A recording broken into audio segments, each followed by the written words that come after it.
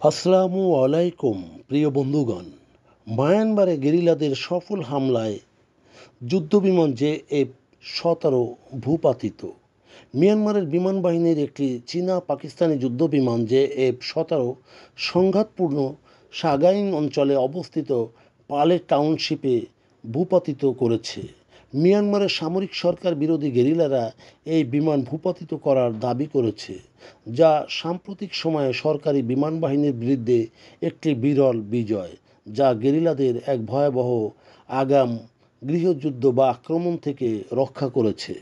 যদিও মুখ রক্ষার্থে মায়ানমার সেনাবাহিনী তাৎক্ষণিকভাবে এটি অস্বীকার করেছে। তাদের দাবি, এটি ছিল শুধুমাত্র অনুশীলন ফ্লাইট, যা যান্ত্রিক গোলযোগের কারণে বা ইঞ্জিন বন্ধ হওয়ার কারণে দুপুরের দিকে মিনতাইং অঞ্চলে এটি বিধ্বস্ত হয়। 2021 সালের থেকেই সামরিক বাহিনী কর্তৃক গণতান্ত্রিক সরকারকে উৎখাত করার পর গোটা মিয়ানমার গৃহযুদ্ধে জর্জরিত।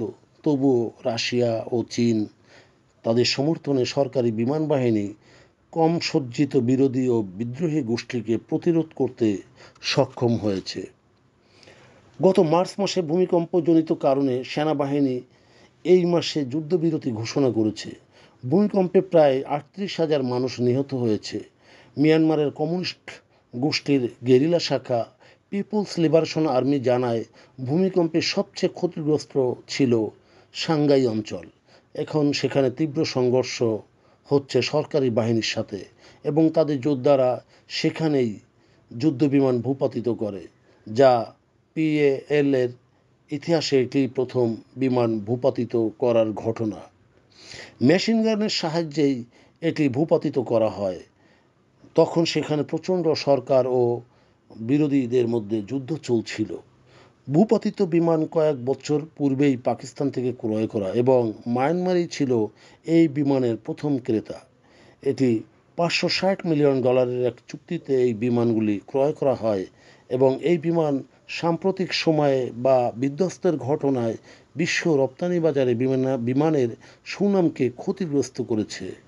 এর আগেও ভারত পাকিস্তান যুদ্ধে পাকিস্তান 3টি JF-17 যুদ্ধবিমান হারিয়েছে বলে সংবাদ মাধ্যমে জানা গেছে।